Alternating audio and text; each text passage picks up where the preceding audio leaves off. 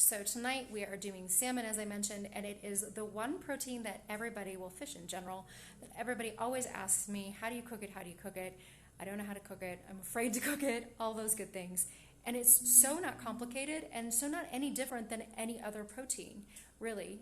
You just need to know how a cooked protein feels. And when you understand how it feels as far as the level of stiffness, if that makes sense, firmness, maybe firmness is a better one, then you'll know when it is done. And that can be chicken, steak, or fish.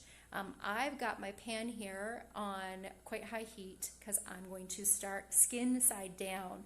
If your salmon doesn't have skin, then I wouldn't start it on such a high heat, but I want to get a nice crispy skin because salmon skin, you guys, is a great source of fat. So don't remove the salmon skin, but nobody likes a soggy skin, so make sure it's crisp.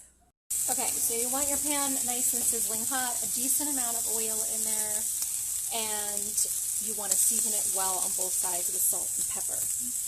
And then you're going to let it sit on the skin for the majority of the time, all right? That's going to sit there for most of the time.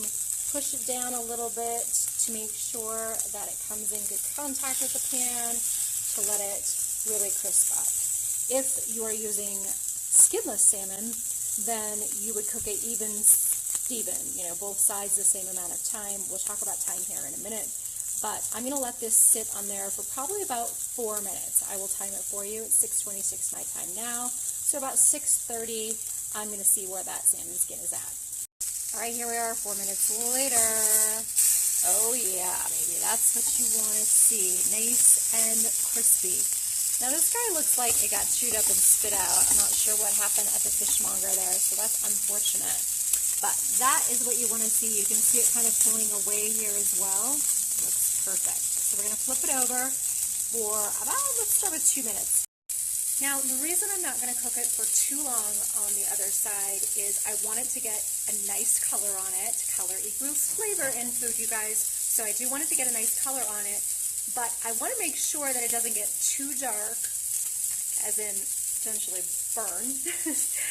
And I want it also, though, to be like not too dark on the outside, but cooked all the way through on the middle, right? So that's the key, is to making sure that you've got good color, but cooked through to the middle. So if we flip it back over onto the skin side, it offers a little bit of a buffer so that you're not going to overcook it on the skin side the same way you would on its flesh side, and you'll be able to cook it the rest of the way through. This one. Sorry, let me get in here without burning myself.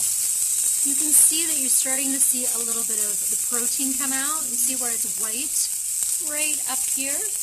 That is a pretty good sign that we're getting close. Give it a bit of a push, and you can feel it has too much give to it still. I'm going to give you, don't worry about this, I'm going to give you a little key, a little cheater here in 2 seconds to know for sure when it's ready.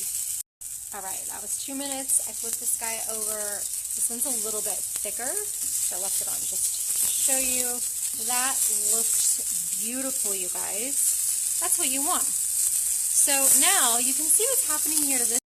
All right, so this one you can see still it's not all the way cooked through. It's a little lighter in there, but here's the key, is you want to stick your fork in. This one won't even go in. It's got like resistance to it.